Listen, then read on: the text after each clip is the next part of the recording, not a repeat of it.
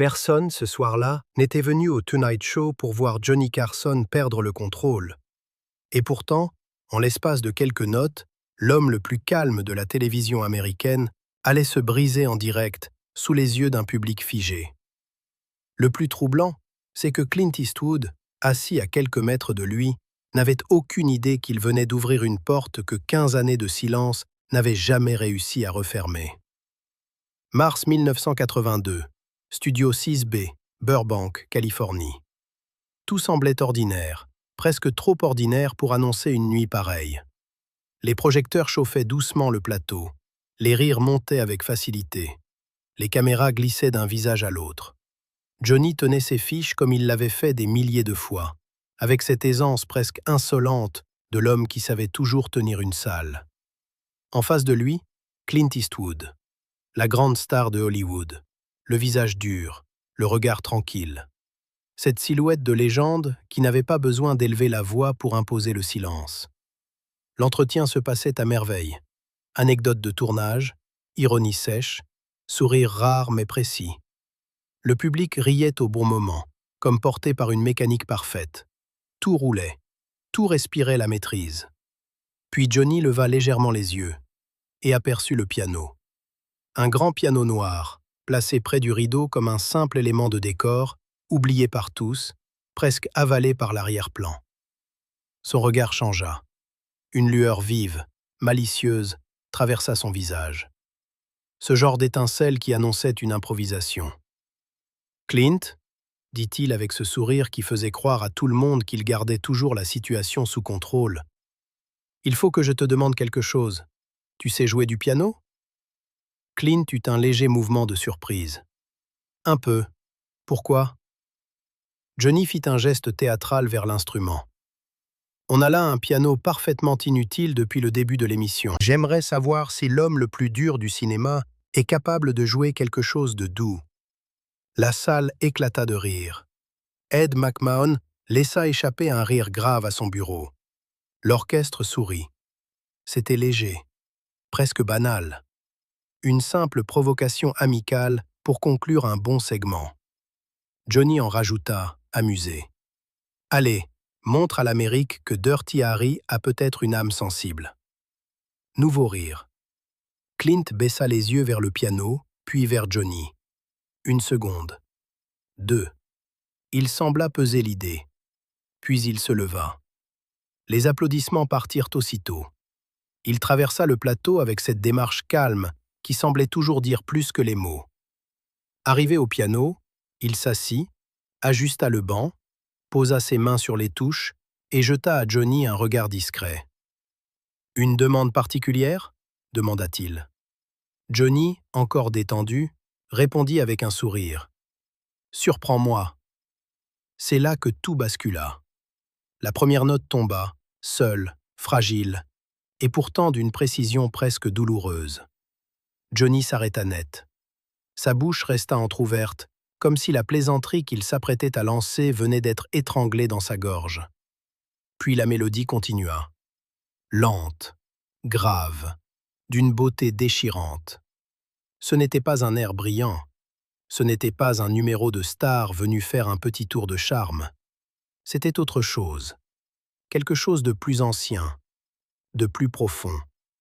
Une musique qui semblait porter en elle une peine trop longtemps retenue, comme si chaque note venait chercher un souvenir caché dans l'ombre et le traînait doucement vers la lumière. Le studio tout entier changea de respiration. Les rires moururent. Les applaudissements polis disparurent. Les spectateurs cessèrent même de bouger. Clint jouait avec une maîtrise réelle, les yeux presque fermés, le corps abandonné à une mémoire qui semblait plus forte que lui. Ses doigts glissaient avec une délicatesse inattendue, mais cette douceur avait du poids. Elle frappait sans bruit. Elle ouvrait quelque chose. Et Johnny le sentit avant tout le monde. Ses mains, qui tenaient encore ses fiches, descendirent lentement vers le bureau. Son sourire s'effaça. Son regard se fixa sur Clint, puis sur les touches, puis dans un lieu que personne d'autre ne pouvait voir. Quelque chose s'était réveillé derrière ses yeux, quelque chose de vieux, quelque chose qu'il n'avait jamais laissé vivre en public. Ed McMahon tourna légèrement la tête vers lui. L'inquiétude remplaça l'amusement. Dans la régie, les voix tombèrent d'un coup. Le réalisateur observa son moniteur, puis se pencha en avant. Johnny Carson pleurait. Pas une larme discrète, pas une humidité vite avalée par le métier. Non, ses yeux se remplirent franchement, et bientôt, les larmes roulèrent sur ses joues sous la lumière crue du plateau. Le public n'osait plus respirer. Les techniciens restaient immobiles.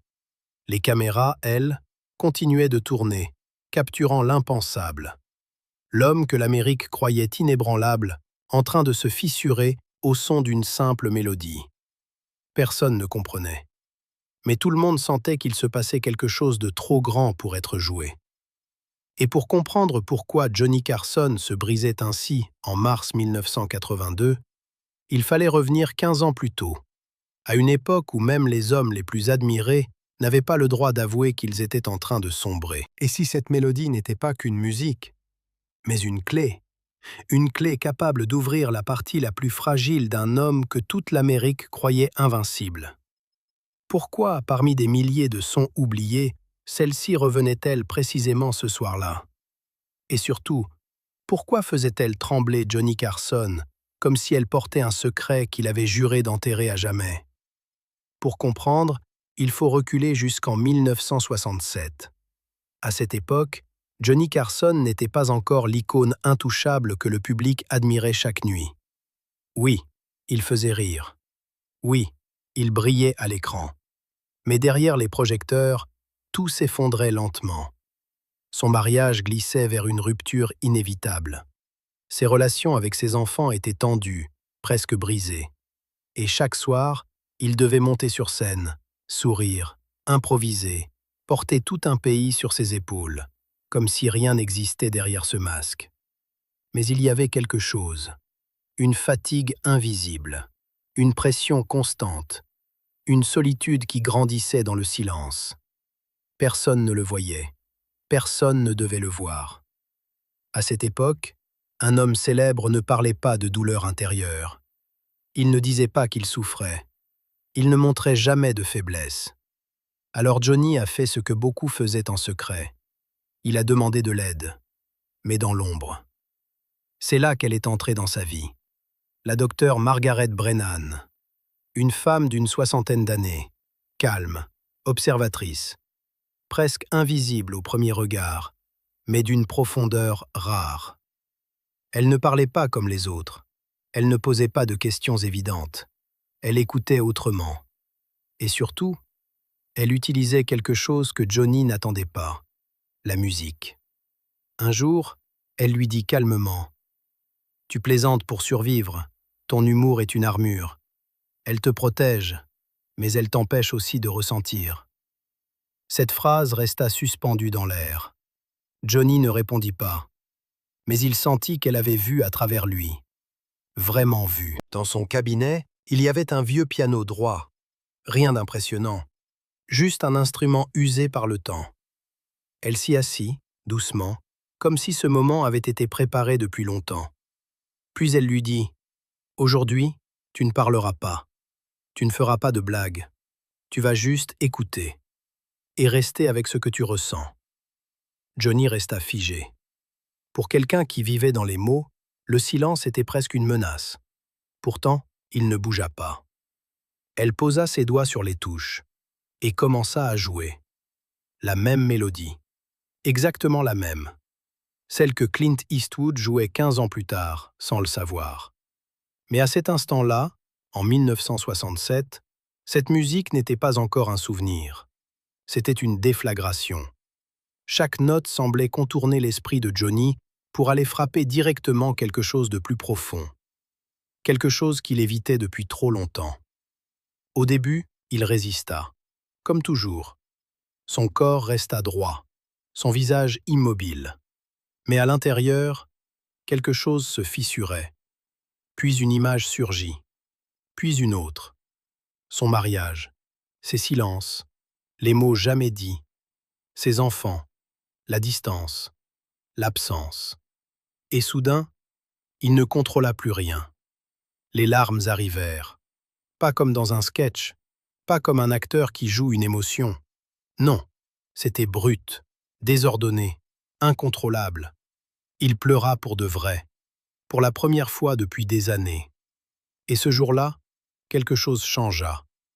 Quand la musique s'arrêta, le silence dans la pièce était plus lourd que tout ce qu'il avait connu.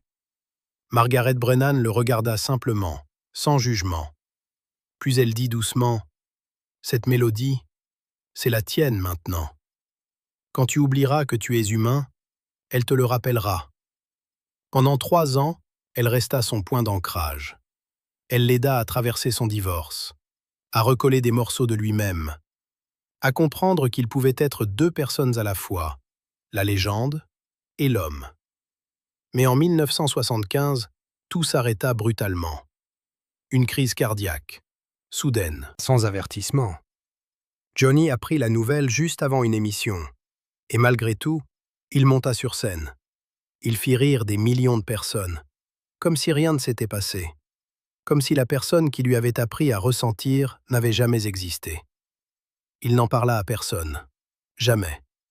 Et cette mélodie, il ne l'écouta plus. Il ne la chercha pas. Il l'enferma quelque part en lui, avec tout le reste.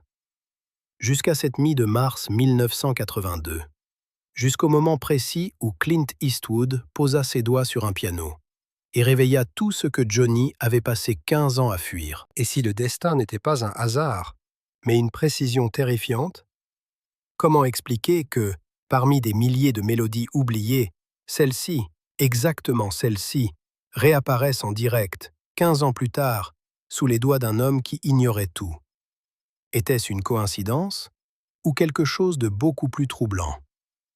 La musique continuait. Chaque note tombait avec une douceur presque cruelle, comme si elle savait exactement où frapper. Sur le plateau, le temps semblait suspendu. Clint Eastwood était toujours assis au piano, les yeux fermés, entièrement absorbé. Il ne jouait pas pour impressionner, il ne jouait même pas pour le public. Il jouait comme on se souvient, sans savoir pourquoi. Et à quelques mètres de lui, Johnny Carson se battait contre quelque chose d'invisible. Il essuya ses larmes rapidement, presque par réflexe. Mais elles revenaient, encore et encore. Plus il essayait de se contrôler, plus son visage trahissait ce qui se passait à l'intérieur. Ses épaules se tendaient. Sa respiration se brisait par moments. Il n'était plus le maître du plateau. Il n'était plus le présentateur. Il était redevenu cet homme assis dans un cabinet, 15 ans plus tôt, incapable de fuir ce qu'il ressentait. Dans la régie, personne ne parlait. Les écrans montraient en gros plan le visage de Johnny, fragile, exposé, humain d'une manière presque dérangeante pour une émission en direct. Le réalisateur fit un geste nerveux, mais personne n'osa couper. Parce que tous le sentaient. Interrompre ce moment serait presque une faute. Dans le public, certains se regardaient, hésitants. D'autres fixaient Johnny, les yeux brillants. Personne n'applaudissait. Personne ne bougeait. C'était devenu autre chose qu'un spectacle, quelque chose de réel. Et puis, la dernière note résonna. Elle resta suspendue dans l'air, longue, vibrante, avant de mourir doucement. Un silence absolu tomba sur le studio.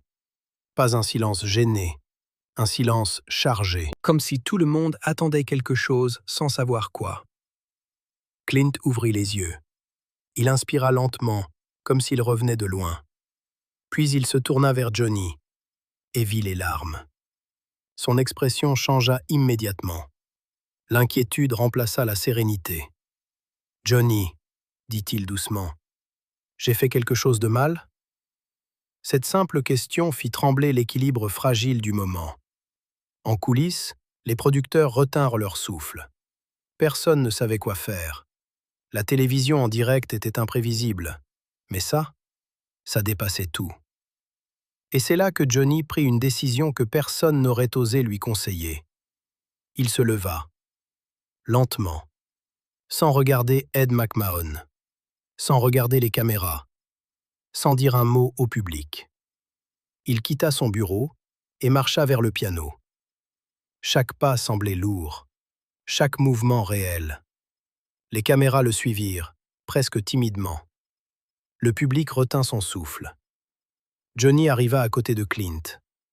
Il regarda les touches, puis les mains de Clint, encore posées dessus. Il resta silencieux une seconde, 2, comme s'il cherchait les mots dans un endroit qu'il avait oublié. Quand il parla enfin, sa voix était brisée, rauque, presque étrangère à lui-même. Cette chanson, c'était quoi? Clint hésita légèrement, surpris par la question.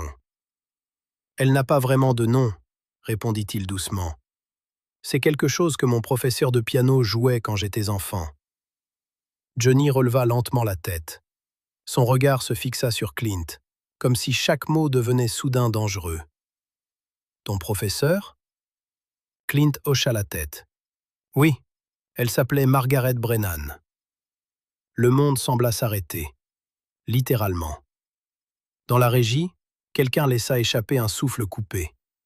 Dans le public, plusieurs personnes se redressèrent, comme si elles venaient de comprendre qu'elles assistaient à quelque chose d'impossible. Johnny ne bougeait plus. Ses yeux s'écarquillèrent légèrement. Son visage perdit toute couleur. « Margaret Brennan » répéta-t-il à peine audible. « Oui, elle m'a appris le piano entre mes 8 et 16 ans. Elle disait que cette mélodie était spéciale, qu'elle servait à se rappeler de s'arrêter et de ressentir quelque chose de vrai. » Chaque mot frappait Johnny comme un écho venu du passé. Exactement les mêmes mots, exactement la même intention. Ce n'était plus une coïncidence, c'était une collision. 2 vies, 2 époques, une seule femme et une seule mélodie. Le silence devint presque insupportable. Johnny inspira difficilement. Puis, sans prévenir, il s'assit sur le banc, juste à côté de Clint. Là, en direct, devant tout le monde. Et soudain, il craqua complètement. Ses épaules tremblèrent, ses mains couvrirent son visage, et les sanglots sortirent, bruts, incontrôlables. Plus rien ne retenait, plus rien ne cachait. « Elle était mon thérapeute », réussit-il à dire entre 2 respirations brisées. Le choc traversa le plateau comme une onde invisible. Clint resta figé, incapable de parler. Johnny continua, la voix brisée. De 1967 à 1970, elle jouait cette chanson pour moi, quand j'étais en train de m'effondrer. Il s'arrêta, submergé, puis murmura, presque comme une confession qu'il avait gardée trop longtemps. Elle m'a sauvé la vie. Et parfois, la vie attend le moment parfait pour rendre ce qu'on croyait perdu à jamais. Mais ce moment a un prix. Il vous oblige à vous montrer tel que vous êtes vraiment. Nu, fragile, humain. Assis côte à côte devant ce piano, Johnny Carson n'essayait plus de se cacher. Ses mains tremblaient encore. Ses épaules se soulevaient par vagues irrégulières. Et pour la première fois, toute l'Amérique voyait non pas un présentateur, mais un homme en train de se reconstruire en direct. Clint Eastwood posa doucement sa main sur son épaule. Un geste simple, mais lourd de sens. Aucun mot inutile. Juste une présence. « Elle parlait de toi parfois », murmura Clint, la voix basse, presque respectueuse de ce moment fragile. Johnny releva légèrement la tête. Ses yeux étaient rouges, brillants. Elle ne disait jamais ton nom, mais elle parlait d'un homme qui faisait rire des millions de personnes et qui portait quelque chose de lourd en lui. Elle disait que faire rire était le métier le plus difficile, parce qu'il fallait tout ressentir, mais ne montrer que la joie. Ces mots frappèrent Johnny plus fort que la musique elle-même. Il ferma les yeux un instant, comme s'il entendait à nouveau cette voix qu'il croyait perdue, comme si, pour quelques secondes, Margaret Brennan était là, juste derrière lui. Le studio entier semblait suspendu à ce moment. Personne ne bougeait, personne ne toussait. Même les caméras semblaient respirer plus lentement. Puis Johnny inspira profondément. Il regarda les touches du piano, puis Clint. Et dans ce regard, il n'y avait plus seulement de la douleur.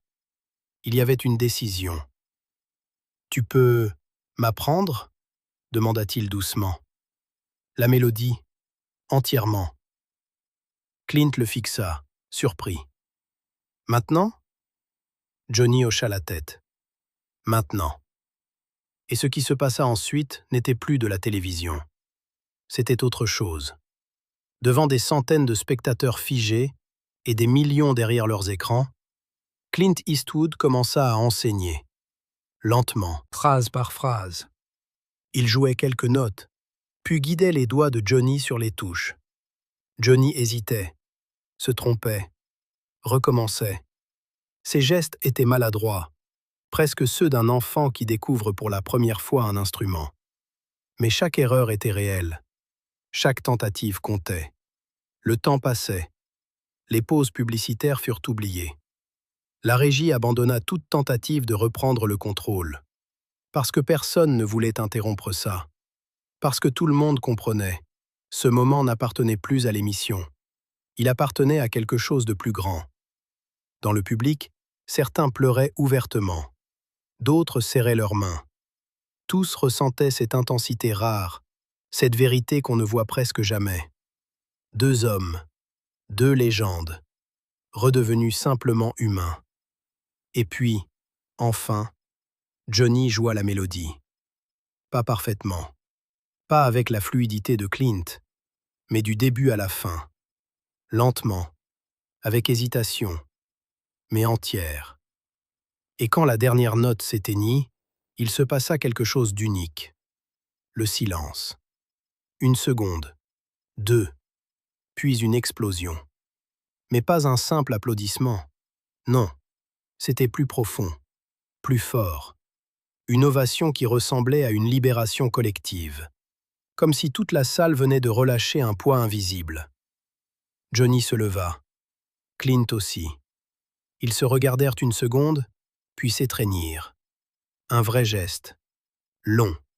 Sincère. « Merci » murmura Johnny. « De me l'avoir rendu. » Clint répondit doucement. « Elle serait fière de toi. Elle l'a toujours été. » Ces mots restèrent suspendus dans l'air. Le public se leva d'un seul mouvement. Une ovation debout. Mais cette fois, ce n'était pas pour le spectacle. C'était pour la vérité. Johnny se tourna finalement vers la caméra. Il essuya ses yeux, mais son visage ne cachait plus rien. « On revient dans un instant », dit-il d'une voix brisée. Et pour la première fois, il ne jouait pas un rôle.